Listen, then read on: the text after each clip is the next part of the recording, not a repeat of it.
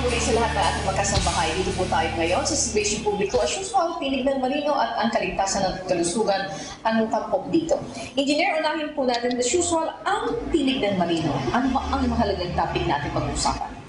Well, pag-uusapan natin ngayon ang kahalagaan ng paghahanda para sa kinabukasan ng ating mga marino. Magandang topic ito eh. Kasi ang dami natin nababalitaan na yung mga one-day millionaire.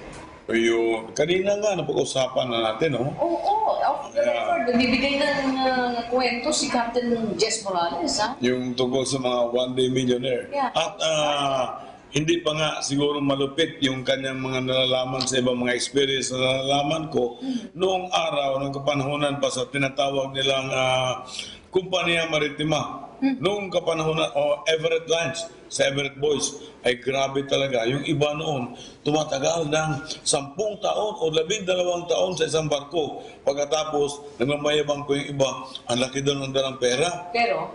14,000. Pero? Pero yung parang 12 years tapos 14,000 pesos yung dalang pera. Talaga naman. Ibig sabihin na lusta yung pera niyo pinaghirapan. Dahil yung 10 years, hindi ka lang pwedeng kumita ng 40,000. Eh, Baka kung saan napunta. Ayan. ganun nga. So, Hindi sila naghahanda. Para sa kanilang kinabukasan. So, very timely this afternoon sa ating tinig ng marino po ay pag-uusapan natin ito. Paano nga ba ang paghahanda sa kinabukasan ng mga marino? That's why our resource person is with us. Siya po ay expert. Ito yung expertise niya eh. Yeah. Tuturuan tayo niya. Tama ba? Tuturuan tayo kung paano Makapaghanda yung Makapaghanda. ating mga Yeah. marino. Maraming pera yan ha. Kung ikukumpara mo dun sa ordinaryong mga manggagawa na nagtatrabaho dito sa Pilipinas, ang mga marino, ang laki ng sahod niya sa abroad. Kaya nga dapat marunong sila magdala ng kanilang pera. Alam nila kung saan nila dadalhin ng pera nila. Alam nila kung paano nila i-invest ang kanilang pera. Okay, I think we have to start now. We'll introduce first Ma'am Minette Del Rosario Rodriguez. Let's welcome her in our show. Ma'am Minette, good afternoon. Magandang hapon po. Magandang hapon din po sa lahat ng mga nanonood. Ayun, si Ma'am Minette ay mukhang ito nga talaga ang kanyang linya na maturuan, mabigyan ng mga impormasyon ng ating mga marino na nanonood, paano nyo iipunin at paano ka magiging successful tulad ng mga i-present natin before dito, yung mga furniture natin, like Captain Jess Morales, di ba? Yes, gano'n din yan. At saka si Captain Rivas. Captain Rivas Who owns this building where we are now, no? Yes, and would like to acknowledge that, Captain Wilfredo Rivas, ha? Ito, dati nag-uusap lang kami dito. Pero ngayon, ito na yung building niya. Tapos, malapit na matapos. And prime area pa to. Okay. Anyway, hindi ko na natanong yung how much is the building. Okay. Ma'am Minette, let's talk about paghahanda sa kinabukasan. First and foremost, pag naririnig nyo ito, ano dapat na maintindihan ng mga marino na nakikinig sa atin ng paghahanda sa kinabukasan? Paano ba talaga yung formula ng tamang paghahanda sa kinabukasan ng ating mga marino? Marami kasing magagandang formula ang paghahanda para sa kinabukasan. Ang nakakalungkot lang, marami sa ating mga marino ang hindi pa masyado nabibigyan ng tamang mga impormasyon. Impormasyon katulad ng tamang mga pwedeng paglagyan ng investments o savings bukod sa bangko. Ang mga negosyo na hindi basa-basa pinapasok lang, dapat talaga inaaral. At ang mga katuwang sa buhay, kung may mga asawa na, at least yung mga asawa, maging katuwang sila nung kanilang mga esposong marino upang sa haba ng panahon ng kanilang pagstay sa barko, may mapag-ipunang sapat, katulad po ng mga kagalang-galang na gentleman na inyong pong nabanggit, na very successful na sa panahon na sila'y nagstay sa pagbabarko. Okay.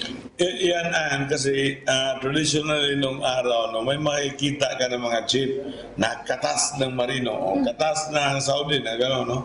Kasi kadalasan sa kanila, kung hindi jeep, ay taxi. Doon sila nag-invest. Hindi naman nila iniisip muna na yung taxi o jeep may wear and tear. Pagdating ng 5 taon, diyan na mag-umpisa yung problema. And then after that, mas malaki ang ginagasto sa expenses kaysa income. doon na mag-umpisa ang kalbaryo. That's correct. Anyway, kasi kailangan you have to be hands-on pagdating sa negosyo. Pero mayroong binanggit kanina si Ma'am Minette na dapat yung asawa ay marunong din, maging katuwang din ng kanilang mga asawang mga marino. Because hindi sila magiging hands-on engineer. Like you, in your case, during your time na ikaw ay nagbabarko. Definitely, wala ka sa Pilipinas. Di ba? Kung magpapatakbo ng negosyo yung misis mo at hindi ka naman hands-on, baka naman, ano kaya mangyari? At hindi naman inaral ng asawa mo yung negosyo. Eh baka malagay sa alanganin. So, that's the reason, no? Na sa atin nakikita, mga 80 to 85% ng mga marino na negosyo na maaga pa sa buhay nila, after 5 years, 4 years, 5 years, buwabalik sa pababarko kasi nalugi, naubos yung kanilang pera na ipon na nagasto nila sa puhunan nila, tapos hindi naman, walang return of investment. okay. Ma'am, you talk about good investment. Hindi inaral yung investment, yung klase ng negosyo. Anong mga investments ang pwedeng pasukin ng ating mga asawa, ng mga marino, while their husband is on board? Tama ba yan? On board? Yeah, on board vessel. Habang nasa barko ang mga asawang mga marino, maganda po sa mga asawang babaeng nasa tahanan, mapag-aralan din kung paano palalakihin ang kanilang mga allotment na nare-receive bukod sa paghahati ng kung ano man expenses ang kailangan nila sa kanilang mga tahanan. Investments katulad, siguro kailangan maging open na rin na bukod sa bangko, meron tayong mga insurance companies na legitimate na kaiba sa mga pre-need companies na narinig po ninyo na nagsara. Mas maganda po sana na mas maging open ang mind ng lalo na po ng mga asawang babae upang maibigay po ang kaalaman na to sa kanilang mga esposong marino na ito po ay magandang investments or tool dahil may protection sila bukod sa mga interest return na pwede nilang kitain sa panahon na sila ay nag-iipon habang sila ay nasa barko. Ito po ang tinatawag na ang insurance companies po na ito ay hindi lang para sa insurance na pag nawala yung may-ari nung policy na yon. So meron tayong tinatawag na variable unit link kung saan ang pera po ninyo ay nagkakaroon ng mas mataas na return o investment na babalik po sa inyong mga perang naipon. So, ibig sabihin, engineer, kung mayroon tayong naririnig ng mga, kasi pag sinabing insurance, parang pumapasok sa itinga ng ating mga, naku, ito yata yung nalugi, ito yata yung bumagsak ng mga insurance company. Pre-need companies, yeah. Pero yung insurance na sinasabi mo, walang ganong klaseng istorya. Wala po kasi in history, pwede po kayong mag-check, pwede po kayong mag-imbestiga. In history, walang nagsaradong insurance company. Uulitin ko po, walang nagsaradong insurance company. Lahat ng nabalitaan ninyo na nagkaroon ng problema, those are only pre-need companies. Iba yung pre-need, no? Iba yung pre-need companies na nangyayari sa atin dito. Kaya Actually, ang pre-need company sa Miss Annie ay nangyayari lamang po sa Pilipinas. Ibig ko sabihin, Pilipinas lang ang may pre-need companies. Sa Asia, sa ibang bansa, wala pong pre-need companies. Okay. Bakit tayo naluluwi sa ganyan? Hindi rin inaral. Hindi ko po pwedeng sabihin hindi inaral. Ito po ay maraming mga dahilan. Marami pong mga aspeto na pwedeng maging dahilan. And hindi po ako ang tamang tao upang magpaliwanag ng mga pagkalugi ng pre-need companies. Alam mo, masaklap ito ha. Baka may mga nanonood sa atin na naging biktima nito. I'm sure it really pains them. It is. Kasi these are hard-earned money. Exactly. Okay. Pero, speaking of the investment, like for example, asawa, hindi marunong, and then yung kanyang asawa ay nasa barko. Ito talaga yung kanilang focus eh. Gusto nilang makatulong, but anong klase negosyo ang pwede namin pasukin? Paano kami makakatulong sa paghahanda sa kinabukasan ng aming pamilya, sa aming asawa na nag-abroad? We will pause for a break sa aming pagbabalik. Sasagutin po yan ni Ma'am Minette Del Rosario, ating resource person this time.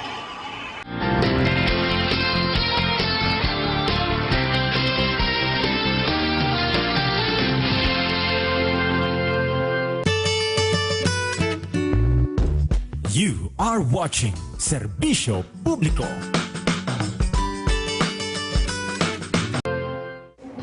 muli tayong nagbabalik sa ating programang Serbisyo Publiko, Tinig ng Marino. Minir, balikan ko si Ma'am Minette. Anong klase na pwede nyo may rekomenda pa. Sa insurance, hindi masyado nila naintindihan. Paano nyo po makukumbinsi yung tao na, dito ko na mag-invest, huwag dyan, dito na. Okay. Lalo na po sa mga nagsisimula na asawang mga marino, ang mga asawang babaeng nasa tahanan ay wala pang masyadong alam kung anong klaseng negosyo ang ipuput up. Katulad na banggit ni Engineer Nelson, yung iba bibili ng taxi, bibili ng jeep, pero yung pagkalugi, mabilis ang turn around. Ang insurance po kasi ay parang bangko din, kung saan naglalagay po kayo ng inyong ipon na bumibili yan ng share ng stocks at saka ng government bonds. Ito pong pinaglalagyan ninyo ng ipon ay nagbibigay sa inyo ng mataas na return kasi po actual market value.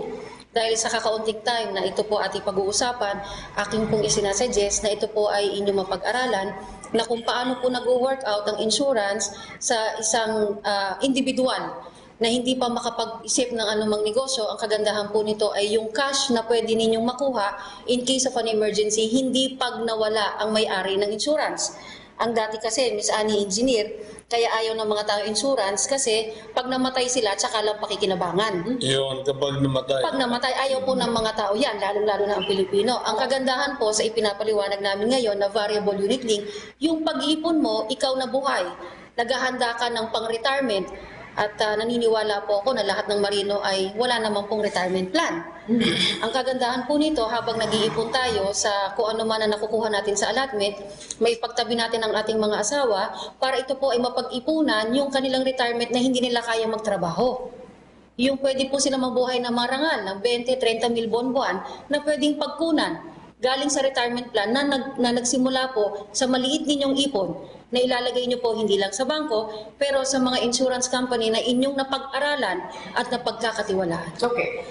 Engineer, meron ko bang datos dyan na yung mga marino ay majority of them ay nandoon ng kanilang pera? Meron ka bang datos po? Wala akong data dyan, no? Kung tungkol dyan sa mga marino, how they invested. Pero makikita naman natin ang investment normally ngayon. Kung may mga nag-invest, normally napupunta sa bahay. Then pangalawa, napupunta sa mga appliances, so kotse. And then after that, sa kanan nila, iniisip yung savings, whatever, no? Ganun ang ginagawa nila. Kaya ang akin sana, ang una talagang dapat gawin ng mga marino, sa una nilang sakay ay mag-ipon sila and then magakuha sila ng examination. Then at the age of 27, normal, dapat talaga at the age of 27, isa na silang kapitan o chief engineer. So, ganun. Si Captain Rivas, ay 27 years old. At the age of 27, naging kapitan na. Naging kapitan na siya. Si Captain Morales at the age of 28 naman, naging kapitan na. And no wonder, kasi tingnan mo naman yung kanilang buhay. Makita mo naman yung kanilang buhay na ganun ang mga makikita mong tama yung daan na tinatahak nila, no? Okay, ibig sabihin pag sumobra ka doon, nasa 30, ano ka na, ibig sabihin magdo-double time ka na, no?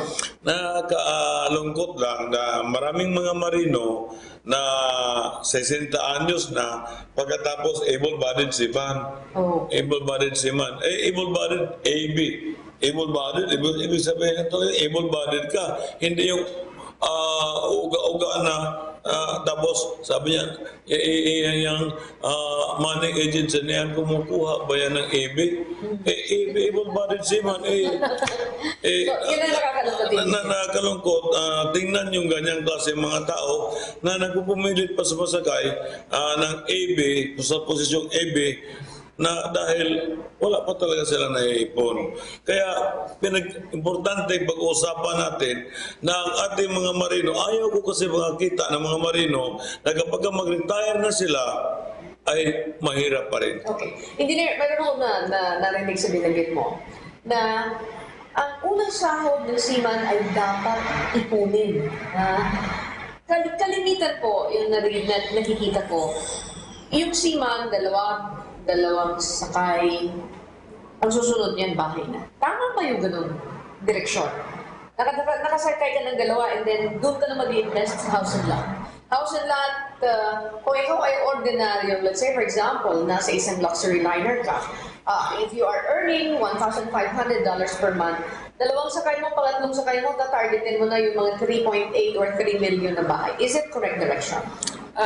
I'm sorry, pero nakakalungkot na hindi siya ang tama agad na desisyon. Kasi sa ikatlong sakay, ikaapat na sakay, hindi pa rin maisisiguro ng isang marino dahil po yan ay alam ko contractual kung hindi sila may posisyon agad sa pagbabarko.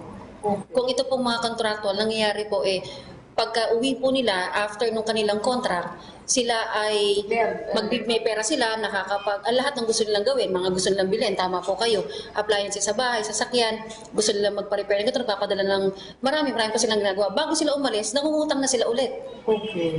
Nag-a-advance na sila ulit. Tama ka. May financial planning po tayong tinatawag. Okay. Kaya ako po ay... You don't suggest na bahay ka agad ang targetin mo? Opo, kasi hindi naman ganun din ka-stable. Ang isang nagmamarino na po, sisimula pa lang siya ng pagsakay niya. Kaya nga ang akin na sa pangalawang sakay mo, after that, kukuha ka na ng license mo. Yes. Kasi sapagkat kapag ikaw ay kapitan na, ang sahod mo ay napakalaking diferensya. Malaki. May mga kapitan na sumasahod na 8,000, may 9,000, may 10,000, may 12,000, may 15,000 pa nga. Opo. Ang sahod ng mga kapitan, 20,000 pa nga. Sahod na isang kapitan, $20,000. So, hindi mo yan makukuha kung ikaw ay isang AB lang. Now, ang AB, yan ang tinatawag, able-bodied seaman, that is a dime a dozen. Napakarami nila. Samantalang kung ikaw ay kapitan, ay talagang ikaw ay hinahabol ng kumpanya. Tama. At doon sa pagiging AB mo, ikaw ang naghabol ng kumpanya para makasakay ka. So dito ka nagawin mo munang maging matatag ang iyong kinaroroonan, nasa very strong footing ka, kagaya ng bahay na mayroong strong foundation. Na bago ka pupunta doon sa ibang bagay. Kasi Malaking responsibilidad na yayakapin. ang bahay, ang sasakyan, they are all debt investments. They are. I think, mayroon ako napupulot doon sa mga sinasabi nyo na huwag ka muna mag-invest sa bahay. Let's say, for example, if you are earning $1,500 and then 50,000 mapupunta doon sa hulog mo sa bahay, konti na lang matitira doon sa pamilya. Kaya, ang susunod na gagawin mo, bago ka umalis, Mangungutang ka na ulit. So, that's not the right direction. Sige, No, it's not. Kasi po ang nangyayari po dun sa mga nanghihiram agad bago umalis sa kanilang asawa is mas nahihirapan din yung esposo na nasa barko, marino, kasi nararamdaman nila na hindi na natapos yung rat cycle na iniikutan nila na may kita ngayon, wala ulit, utang ulit, may kita ngayon, na paikot-ikot nilang iniikutan, tapos ilang taon nilang ginagawa na nakakaramdam lang sila na halos walang pinatutunguhan ng ginagawa. Yung nabanggit niyo pong $1,500, kunyari na income po ng isang marino, kung may anak po yung pinag-aaral, merong yung asawa ay nasa bahay, wala po ngang naisip-isip na natutulong o na walang trabaho, mas mahihirapan po yung pag-angat, lalo na po hindi sila nagkakaroon ng konting ipon o contingency fund na tinatawag na pag merong mga emergency, meron silang pagkukunan. Kasi po lahat nandun agad sa dead investments, katulad ng mga bagong Magic Sing, bagong kotse, even bahay. bagong tablet, bagong cellphone. Even mang bahay is a dead investment It also. is a dead investment kasi ang bahay po kasi tinutulugan lamang. Hindi siya nag-aakyat ng kita. Kung ito po ay magpapagtayo tayo eventually ng apartment, yun magandang investment kasi nag-generate sa inyo ng kita. So, big talaga naman. At saka umaabot ka ng matagal na panahon kung ikaw ay AB lang, ang sweldo mo ay $1,500, ilang taon mong bubunuin yan bago mo mababayaran yung buong bahay na yan. Samantalang kung ikaw ay kapitan na sumusweldo ng $10,000 in span of 2 years, bayad ka na. Exactly. Tapos na. Kasi malaki na ang sweldo mo. Engineer, ang nakakalungkot lang po, ipinapaalam ko na rin po sa mga asawang nasa bahay na yung pong mga asawang nagbabarko, katulad po sabi niyong AB, hindi ko alam po anong ibig sabihin ng AB sa barko. Nung nag-cruise po ako sa Europe noong April, maraming Pilipino ang nasa barko na nagsiserve. Yung nag-aayos ng kwarto namin. Doon sa luxury line. So na bibigatan po yung kalooban ko na ang hirap nilang mag-serve. Tapos, Pag-uwi nila ng Pilipinas, akala po yata ng mga asawa, madali ang trabaho ng mga Kasi may hirap na nagbabarko. hirap sila sa kanila. Sobrang hirap po. Ako po nabibigatan ng kalooban ko na ang aking mga kapwang Pilipino, mahirap pong paglilinis lang ng kwarto. Maliliit lang po ang kinikita. Oh, yun ang sinasabi ko sa mga $1,500, $2,000. Nabubuhay po sa tip, paglilinis ng kwarto. Yes. Correct, nabubuhay sila sa tip. Naglilinis ng banyo. Hindi, dati nga, hindi pa libre yung pamasahe ng mga yun. Ay, hindi po. Opo. Sila pa ang sumasagot nun, engineer. Yeah. Oo. Pero ito yung masaklap na sinasabi niyo. You witnessed that. I did. And I'm really so sad. Okay, mga kasambahay, standby lamang po kayo, pinag-uusapan namin dito ang kahalagahan ng paghanda ng kinabukasan ng ating mga marino. Standby lamang, nang wikamba, tutuloy ko lang.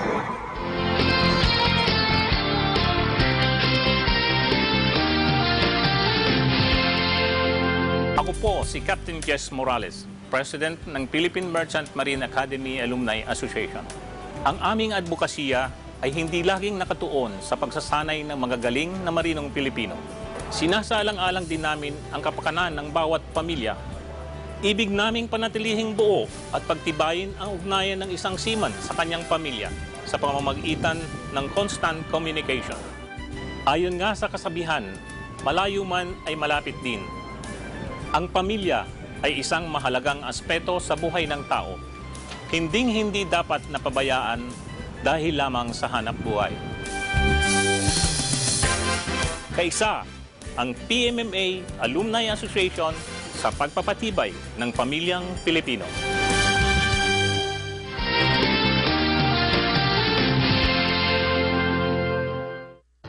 Muli tayong nagbabalik sa ating programang Serbisyo Publiko, Tinig ng Marino. Okay. Meron akong sinabi sa inyo kanina, Ma'am Minette, na napakahirap yung ganung klaseng sitwasyon.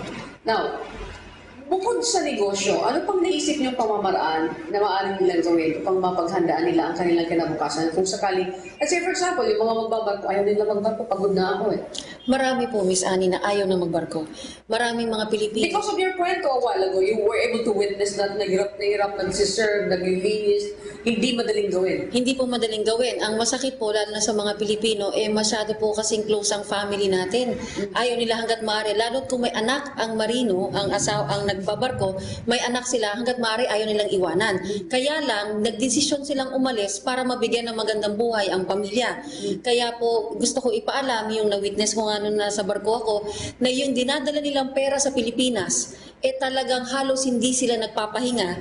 May kasama pang mura ng mga dayuhan na pinagsisilbihan nila. Yeah. Hindi po ganun kadali. May marami pong kilalang asawang babae rin naman na nakilala ko na sila ay tumutulong paano pinag-aaralan nila na yung perang pinapadala ng asawa hanggat maaari, 50% lang ang gagastusin. Para 10 taon lang, 15 taon, makapag-ipon ng tama at sapat upang ang asawa nila ay makasama na nila dito. Para ang pagpapalaki ng anak ay katuwang din ang tatay.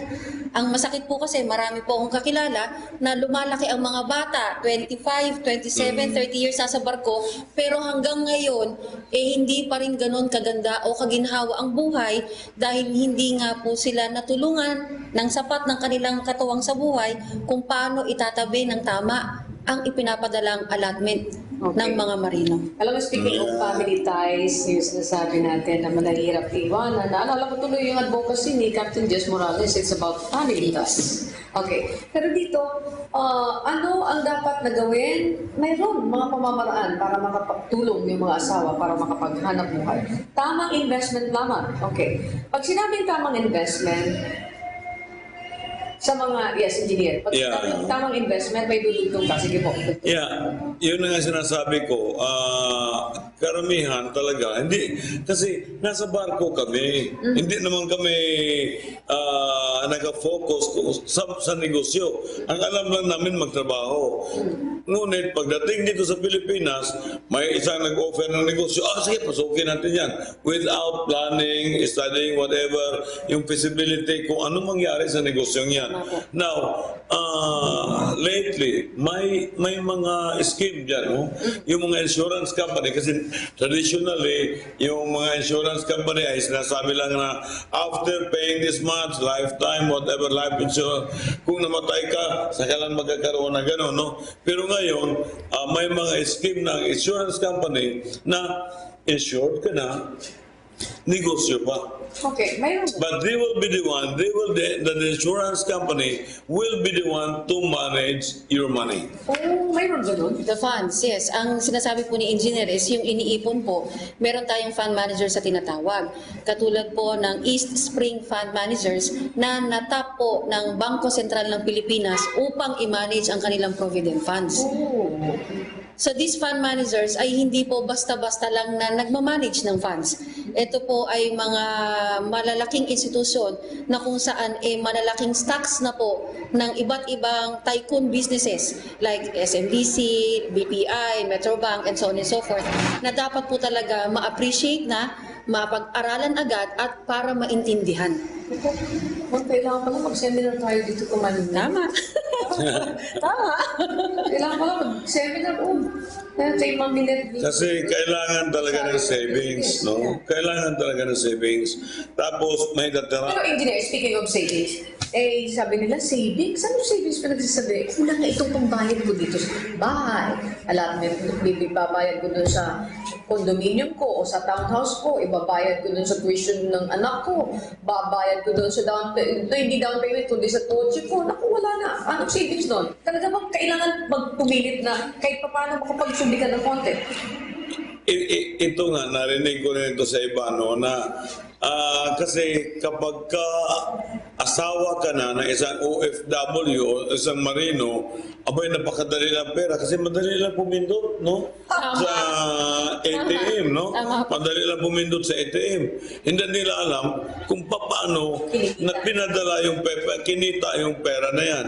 Now, kung nakatanggap ka na ganun kalaki, iisipin mo na kapag ka napunta ka ng mall, nakakita ka rin sa bagay na nagustuhan mo, ito ba'y kailangan ko o nagustuhan ko lang? Yeah, no. Yan dapat ang iisipin. Nagustuhan ko lang o kailangan ko ba ito talagang bilhin dahil kailangan ito sa bahay, kailangan ito ng mga anak ko. Ito ba yung tinatawag needs and wants? Yeah, That's that's it. it. Saka po, dugtungan ko yung sinasabi ni Engineer, kung magbibigay po ako ng halimbawa, ang marino bago umalis ng Pilipinas, halimbawa lamang, nabubuhay sila sa 100 piso lang. Pag umalis na sila ng bansa, sumakay na, ang sweldo niya 300 pesos. Kunyari lang, niliitan ko lang yung amount. Pero pag alis ng asawa, dahil 300 na yung sweldo, nag-a-adjust din ang lifestyle. Correct. Dati, kaya naman palang mabuhay ng 100. Kaya siya umalis para mapagaan, maging maalwan. So yung 100, pagka ang sweldo ng asawa ay 300, nag-adjust agad siya na 300. Nakakapangutang na, marami na nabibili, may mga naiisip na ipagawa. Kaya po may nabanggit niya na, paano ko pa iipunin? Kulang ang pambayad Townhouse. ng townhouse. Kotse. Kasi dati hindi naman pang 300 ang lifestyle mo eh. Okay. Kaya bago magdesisyon na mag-invest o mamili ng mga bagay na tama po kayo na dead investment, unahin po muna ang pagsusubi. Katulad ng mga langgam. Bago pa man din umulan, kahit hindi sila nakakakita, madali silang makita mo sa mga lamesa kasi madali sila agad nakakapag-ipon. Yeah, well, yun na nga, no? Naipon mo na. Pero kung inipon mo naman sa bangko, ang interest naman dyan ay 0.02. Opo. Halos wala na talaga. Tapos may mga taxes pa, no? Opo. Yan ang problema. So, you've got to invest it in somewhere that it is just like a bank na parang inipon, nilagay mo rin sa bangko, ngunit ibang tao na ang nagmamanage sa pagdala ng pera mo. Hindi ba yun? Tama Ganon. po. Sa maliit po na paliwanag, yung simple and compound interest, dapat po maunawaan ninyo bakit hindi lang po dapat sa bangko nakaimpok ang pera kasi maliit lang po yung interest na kinikita ninyo. Pero dito po sa investment na pinag-uusapan natin na insurance companies po na inyong pinag-iipunan, simple and compound interest kung bakit nadodoble yung halaga ng pera sa lehitimong pamamaraan. Kasi po dito, katulad ng pagbibili ng bahay, interest ang binabayaran po ninyo. Dito, interest ang kinikita po ninyo. Kaya malaki po yung balik ng inyong mga mga ipon. Okay. Yun ang diferensya. Huwag lang sila mabigtaman yung mga tawag doon, yung mga... Financial investment scams. Yes. Okay. Yan ang dapat mong iwasan. Mga balaadyan, ano? Yeah, yung baladhay, Multitel, Yes. Mateo, Aman Futures, yun Yes. pinakahuli. Oh. When it is too good to be true, believe it is not true. Exactly. True. Ma'am, engineer, marami pa tayong dapat pag-usapan dito, pero napakalaga yung binanggit ni Ma'am Minette na ang kahalagahan ng paghahanda sa kinabukasan. Dapat pinag-iisipan din ito kung ikaw ay may investment, dapat isipin mo pag-aralan mo. Final words from Ma'am Minette, engineer? Ako po ay nakikiusap sa lahat ng mga asawa ng mga marino, lalong-lalo na po ang mga asawa dito sa Pilipinas, na maghanap po kayo ng financial planner para po matulungan kayo magdesisyon kung saan niyo po ilalagay ang hawak nating pera. Kaya maliit po yan o malaki, ang importante po gaano po kalaki ang naitatabi. Financial planner po ay makakatulong upang kayo mabigyan ng magandang mga ideya na involve po kayo sa pag-create ng inyong plan para ito po ay tumubo ng magandang return at magbigay ng ginhawa sa inyong asawang sobra nagpapagod sa pagsakay niya sa barko. Yes, Ma'am Minette, your contact number, please. 0917-575-8481. Okay, engineer. Or, Ikaw naman. they may contact us Oh, yes. sa office ng United Filipino Seafarers. Yes. Kahit napuntahan nila kami sa opisina at para mabigyan kayo namin ng payo kung paano kayo magkakaroon ng financial planner sa inyong pera. Okay. Engineer, bago tayo magtapos dito sa ating pinag-usapan, ang kahalaga ng paghanda sa kinabukasan. Mayroon akong public service last time, but wala itong kinalaman sa insurance na tinatalakay na. Ito ay isang sumbong na isang marino na siya ay umaalis sa isang shipping agency. Mayroon na siyang pinirmahan sa kontrata na mayroon ng insurance. Pag may kinakaltas naman na lihim yung isang shipping agency para ipagbigay alam na kapag sila yung kontrata niya is Germany, pag daw sila nagkasakit, mayroon silang makukuha. And it turned out na hindi naman pala dapat yun. Binabawi ngayon ng tao yung kanyang inihulog, which is $70 per month for 1 year. Anong klaseng insurance ito? Pwede ba natin pag-usapan ito? Tama ba na dalawa ang kakaltasin ng isang kumpanya? Actually, ang pinipirmahang standard employment contract, no, ng Marinong Pilipino, kasama na dyan ang Protection and Indemnity Club Insurance. Na kapag ka namatay ang isang marino, minimum yan 50,000, no, para sa marino. And then ang bawat anak ng marino na below 21 years old, ang maximum of 4 ay tatanggap din ng $7,000. So altogether, ang maibigay sa pamilya ng naulilang marino ay something like $78,000. Pero ibig sabihin, isang insurance lang yan, hindi dalawa. Isang insurance at wala ang babayaran ang marino dyan. Ngayon, Kapag may... kung may kumpanya, may mga kumpanya na aside from that, meron pang ibang insurance na binibigay sila at libre na nga, pati na covered na rin, pati na nga pamilya. That is because they want to retain the loyalty, the services of the seaman. Gusto nila maging loyal yung seaman sa kanila. Bill sila mismo ang nagbabayad. Pero hindi nila kinakaltasan yung seaman. So ibig sabihin, Hindi. that's illegal. That is illegal. Wala naman sa kontrata ng mga seaman yan. Siguro doon sa naging nanonood sa atin, abay, shape up or ship out? Yeah. Sige, kailangan umayos. Ship up or ship out. Sige. Don't do that because that's not good. It's bad. Huwag mag-take advantage dun sa mga seaman dahil wala sa ayos yan. Anyway, maybe kapag pinursige nung tao yung kanyang reklamo and pangangatawanan natin yan. Yeah, maaari natin habulin yung money agency na yan. Kaya huwag niyong gawin yan. Bad yan. Habulin namin kayo. Okay. That's a warning. Okay, aalis. Because when we come back, pag-usapan naman natin ang tungkol sa chemical safety.